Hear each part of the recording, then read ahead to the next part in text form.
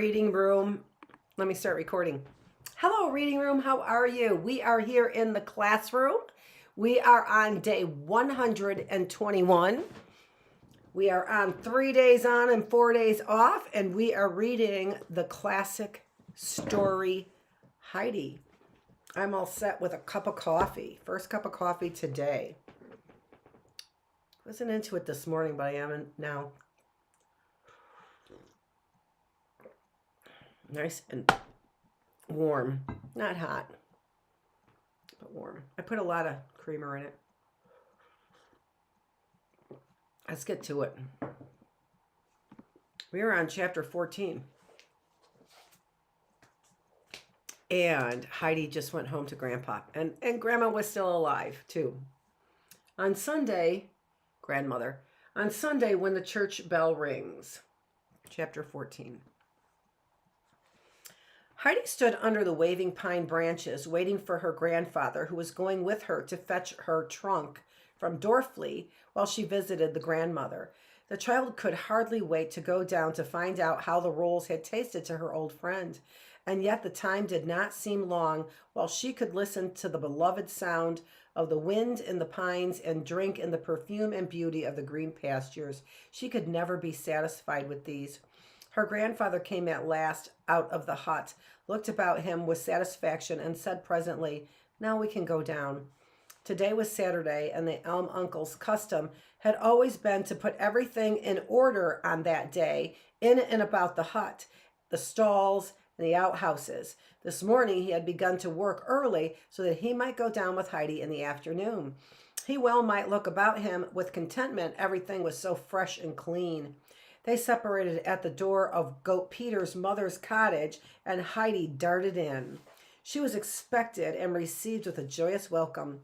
The blind woman grasped the child's hand and held it tightly, as if fearful that her treasure might be again torn from her. The rolls had tasted delicious, and she had so strengthened the grandmother that she declared herself quite another person. Bridget added that for fear they would be too soon gone, her mother had eaten only a single roll yesterday and today. Could she have one every day, it might really benefit her health. Heidi stood plunged in thought for some time after the suggestion of Bridget's. At last she hit upon a plan. "I know what I can do. I can write Clara and ask her to send me as many more rolls, or twice as many. I'd collected a great heap in my press, and when they were taken away from me, Clara promised to give me as many more, and she will do so, I am sure." "Oh, that is a good idea," said Bridget. "An excellent plan. But let us think. They would get very hard. If now and then we could have a fresh batch. A baker in Dorfley makes them, but I can only just manage to get black bread." How Heidi's eyes sparkled with joy. "Oh, I have a wonderful," not mean to have her happiness put aside in this way. She danced about and shouted repeatedly, "Yes, grandmother, you shall have a fresh roll every day and get strong again. And perhaps when you are really strong," she added with fresh joy, "it will be light for you again. Perhaps it is only dark because you are so weak." The good old woman was silent, for she would not disturb the child's happiness. But as Heidi was leaping and capering about the room, her eyes chanced to fall on the old hymn book, and with it a new idea came to her. "I learned to read very nicely, grandmother. Shall I read you something from the old hymn book?" "Oh, Heidi, can you really read? Can you really?" Down came the book from the shelf where it had lain undisturbed for so long. Heidi wiped it clean and seated herself on the footstool and said simply, "What shall I read?" "What you please, child, what you please."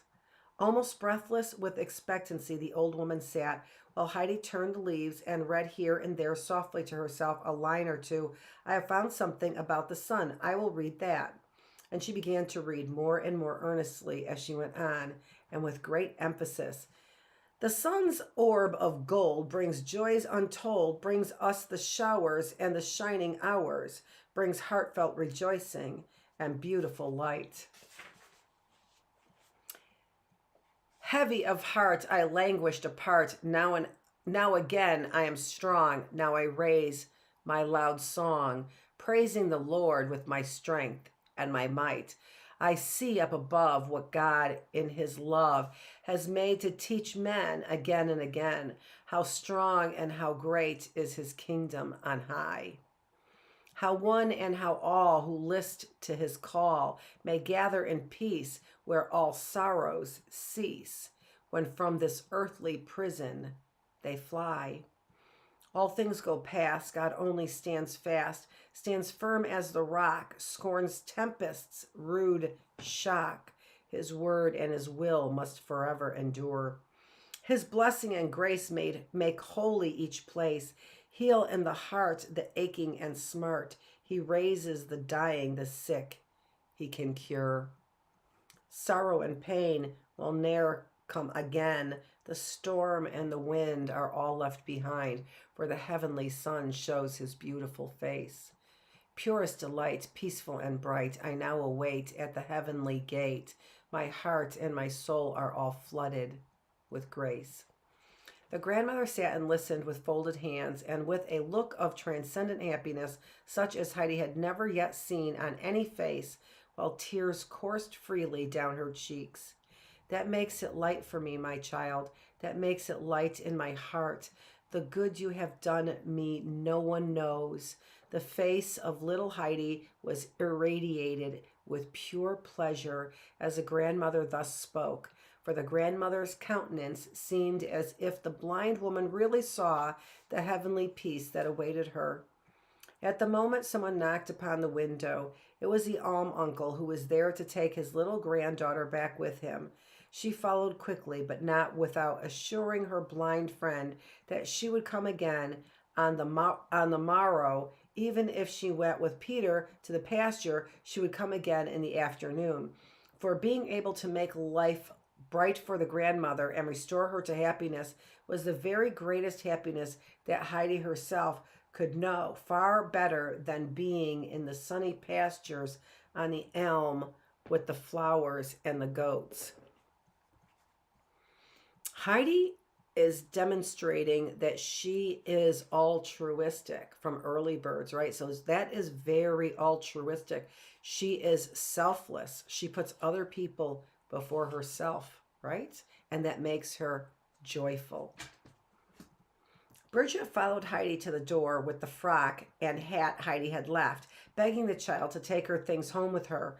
The dress she did take, for as her grandfather had already recognized her, there was nothing to fear in that direction, but the hat she persistently refused to touch. Bridget should keep it, for Heidi would never, never again put it on her head.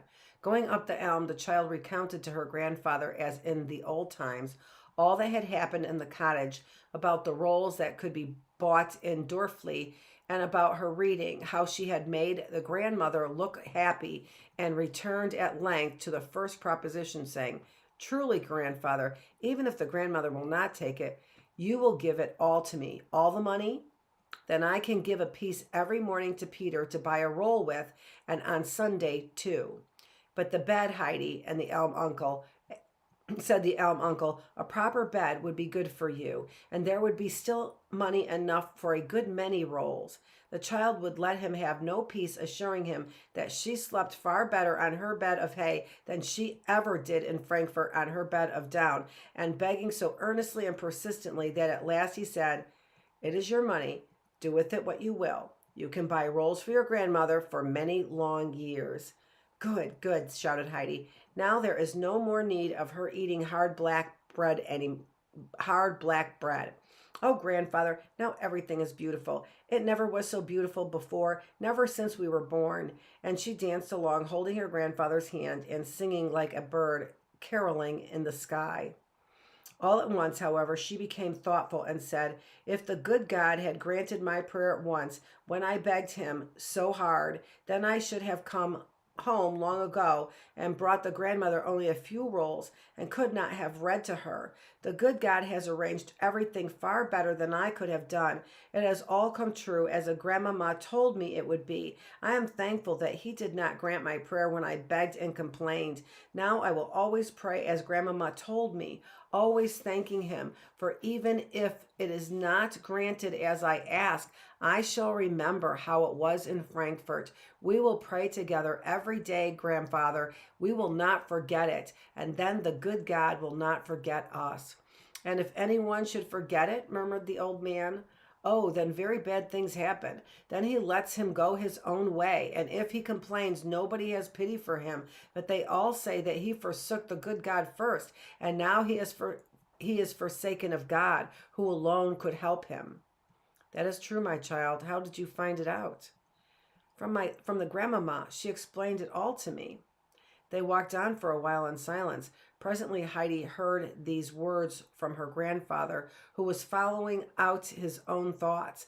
And when this is once so, it remains so. There is no going back. If God has forgotten a man, he is forever forgotten. Oh, no, grandfather. He can go back. I know that too. From the grandmamma and from the beautiful story in the book she gave me. You never saw that book, but we are almost at home, and I will show it to you. You will soon see what a beautiful story it is. Up the steep, the child hurried and rushed into the hut in all haste to fetch her precious book. The grandfather loosened from his back the basket in which he had brought the half of Heidi's things up the elm. The trunk would have been too heavy for him. Then he seated himself thoughtfully on the bench. With her big book under her arm came Heidi. This is nice, grandfather, that you are all ready. And the book seemed to open of itself at the oft-read place. In her own earnest way, the child read of the son, how comfortable he was at home, herding his father's flocks, dressed in a beautiful cloak, leaning on his staff, watching the sunset as represented in the picture. But at last he wanted to have his property all to himself, and be his own master. He demanded it of his father and went away and spent it all. So when he had nothing left, he was obliged to go to serve a peasant who had not beautiful animals as his father, but only swine. These he had to take care of, and was in rags, and had only the husks to eat that they gave the swine, and of this food but little. When he thought of his father's house, he wept for homesickness and remorse. And he said, I will go to my father and beg his forgiveness and say to him, I am not worthy to be called your son, but let me be as one of your hired servants. As he came near his father's house, his father saw him and came running toward him. What do you think, grandfather? Said Heidi, interrupting herself in her reading. Do you think that his father was angry and said to him, I told you so? Listen now to what is coming. And the father saw him and pitied him and ran and fell on his neck and kissed him. And the son said, I have sinned before heaven and in thy sight, and am no more worthy to be called thy son. But the father said to his servants, Bring the best dress and put it on him, and put a ring on his hand and shoes on his feet, and bring the fatted calf and kill it, and let us eat and be merry. For this my son was dead and is alive again. He was lost and is found. And they began to be merry. Is not that a beautiful story, grandfather? Said the child when she had finished, and felt sadly disappointed that the old man sat silently by her side instead of being pleased as she had expected. Certainly the story is beautiful, he said, but his face was so serious that Heidi sat perfectly still and looked at her pictures. Presently, she gently pushed her book before her grandfather, saying, See how happy he is, and pointed to the picture of the prodigal, where he stood beside his father in fresh garments and was recognized as his son. Some hours later, when Heidi had long sound asleep, her grandfather climbed the little ladder. He placed his lamp near Heidi's bed so that the light shone on the sleeping child. She lay there with folded hands, for she had not forgotten to pray. On her face was an expression of peace and trust that must have appealed to the grandfather, for he stood a long, long time and did not move, his eyes fixed upon her. At last he too folded his hands, and half aloud he said, with bowed head, Father, I have sinned against heaven and in thy sight, and I am no more worthy to be called thy son. And two great tears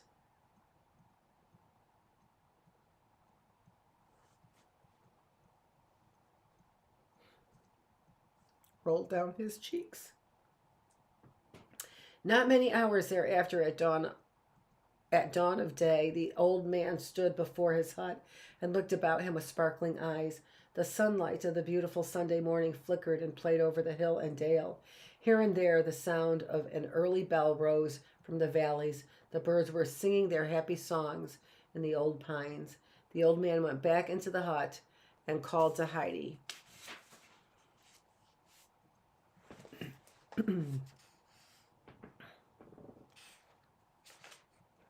Come, little one, the sun is up, but on a tidy frock. Put on a tidy frock. We will go to church together.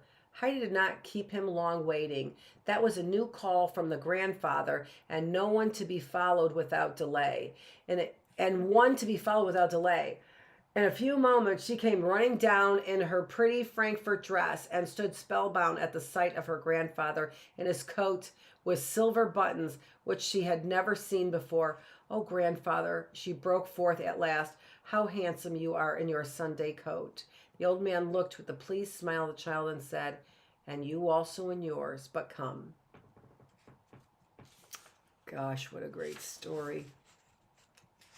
I feel like my mom read this story to us.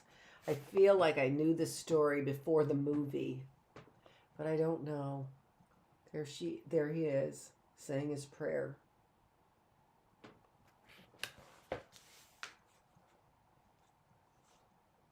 Father, I have sinned against heaven and in thy sight, and am no more worthy to be called thy son.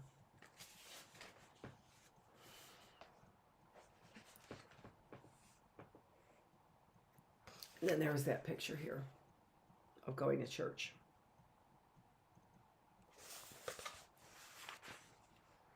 He took Heidi's hand in his, and they wandered down the mountain together.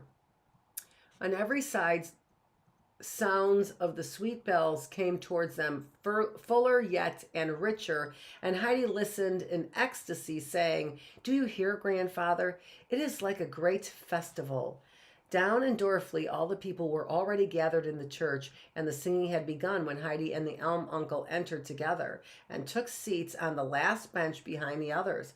But in the midst of the singing, the villager next to them touched his neighbor with his elbow, saying, "Have you seen the elm uncle? The elm uncle is in church." They passed it along from one to another until it was whispered about even in the corners, "The elm uncle, the elm uncle."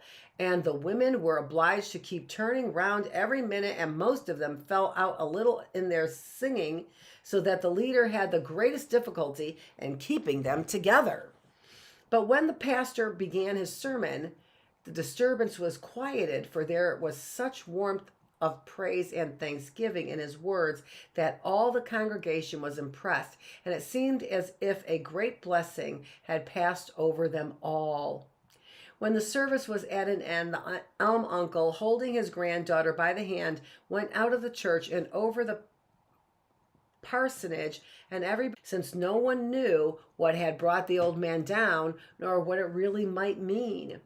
A new feeling had sprung up among not a few, however, and one of these said to the others, "He cannot be so bad after all as they say. Did you not see how carefully he held the little one by the hand?" And another said, "I have always said so. And he would not go to the pastor's if he were so out and out bad, for he would be afraid. People stretch things so." And the baker added, "Did not I say from the very first, who ever heard of a little child that had all she wanted to eat and drink and everything she could wish, running home from a long way off to a grandfather who was harsh and who made her afraid of him?"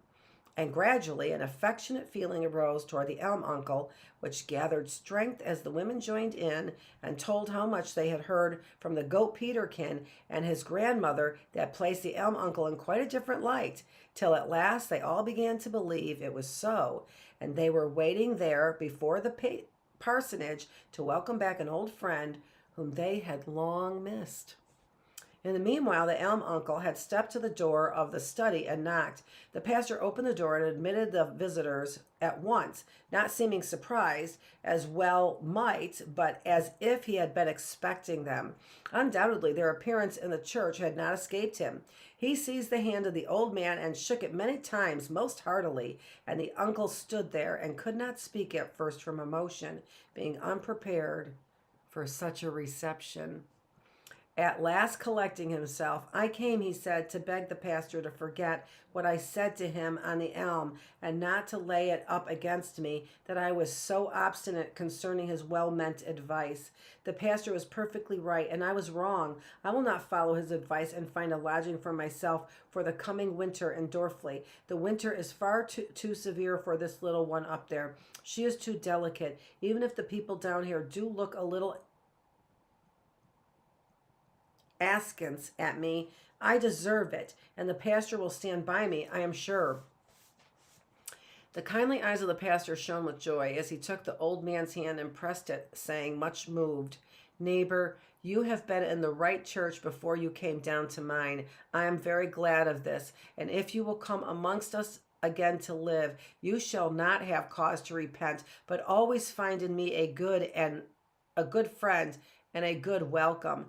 I shall look forward to many pleasant evenings in your society, which has always been agreeable and valuable to me. We will also find some good friends for your little grandchild."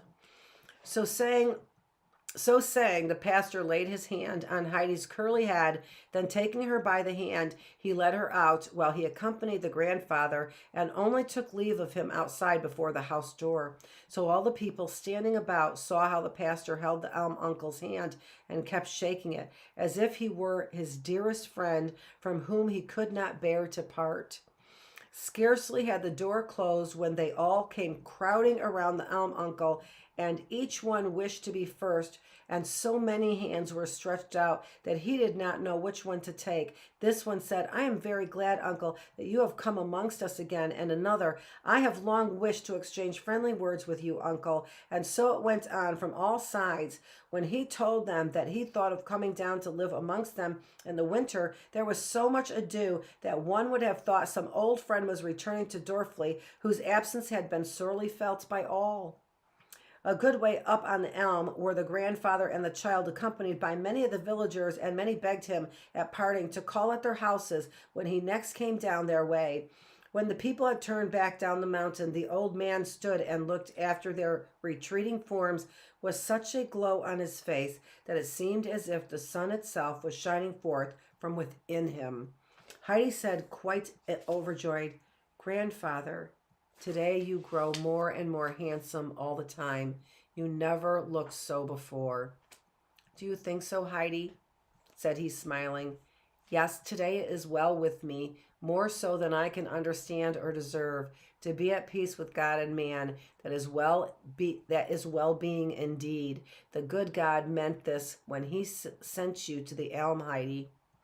When they reached the goat Peter's cottage, the old man opened the door and entered. "God bless you, grandmother," he cried. "Shall we go to quilting together before the autumn winds blow strong?" "Oh, heaven, this is the uncle," cried the old woman in delighted surprise. "That I should have lived to see it. Now I can thank you for all the kind things you have done for us. May God reward you. May he reward you." With trembling joy, she pressed the hand of the old friend and continued, "I have one request to make of you, uncle. If I have ever done you any harm, do not punish me by letting Heidi go away again before I lie in the churchyard. You do not know what she is to me." And she held the child fast, for Heidi had already nestled into her accustomed place. "Do not be troubled, grandmother. I will punish neither you nor myself in that way. We will all remain together, and heaven grant that it may be for long." At this moment, Bridget drew the uncle away into a corner quite mysteriously, showing him the pretty hat and feather and telling him all the little story, and that of course she was not one to take such a thing from a child. Most approvingly the grandfather looked at his Heidi. "That hat is hers," he said, "and if she will not put it on again, that is all right, and if she gave it to you, you keep it." Bridget was delighted at this unexpected decision. "It is certainly worth more than 10 shillings. Just look at it," she exclaimed, holding the hat high above her head. Just think what wonderful things the child has brought back from Frankfurt. I have thought a great deal about sending my Peterkin there. What is your opinion, Uncle? With a merry twinkle in his eyes, the uncle declared that in his view it could not do Peter any harm, but it would be best to wait for a good opportunity. At that moment, the individual spoken of came in the door, not, however, until he had almost broken his head against it, for in some haste he had struck it, making everything shake and jingle. Something unheard of had happened, an event indeed, a letter with Heidi's name and address. Peter stood still in the middle of the room and held it toward the child. He had got it in Dorfli from the postman. The letter was from Clara Seisman. All the little company seated themselves around the table, and Heidi read aloud, and without stumbling, that Clara had found the time very tedious since Heidi's departure, and that she had begged her father so hard to take her to Ragetsbad that he had at last promised to do so in the coming autumn, and her grandmamma would come also, for she wished to visit Heidi and her grandfather on the elm. This message the grandmamma sent Heidi, that it was quite right for her to wish to bring the rolls to the blind grandmother, and lest they should taste very dry, she must have some coffee to moisten them, and some was already on the way. Also, she hoped to visit grandmother herself when she came to Dorfli. Speaking of delicious coffee.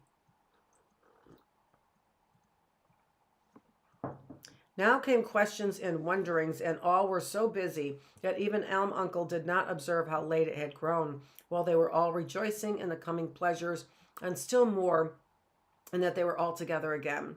At last the grandmother said, "The best of all is when an old friend comes and gives you his hand, just as he did long ago. This is a blessed comfort. You will come again soon, Uncle, and bring me Heidi?"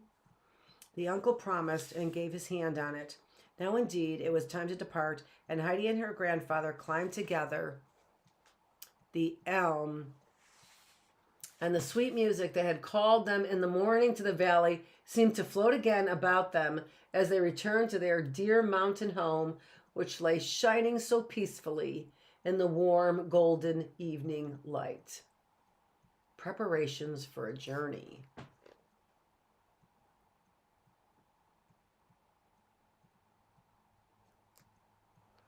So tomorrow we will read chapter 15 of our classic story, Heidi, by Johanna Spyri. Thanks for joining me.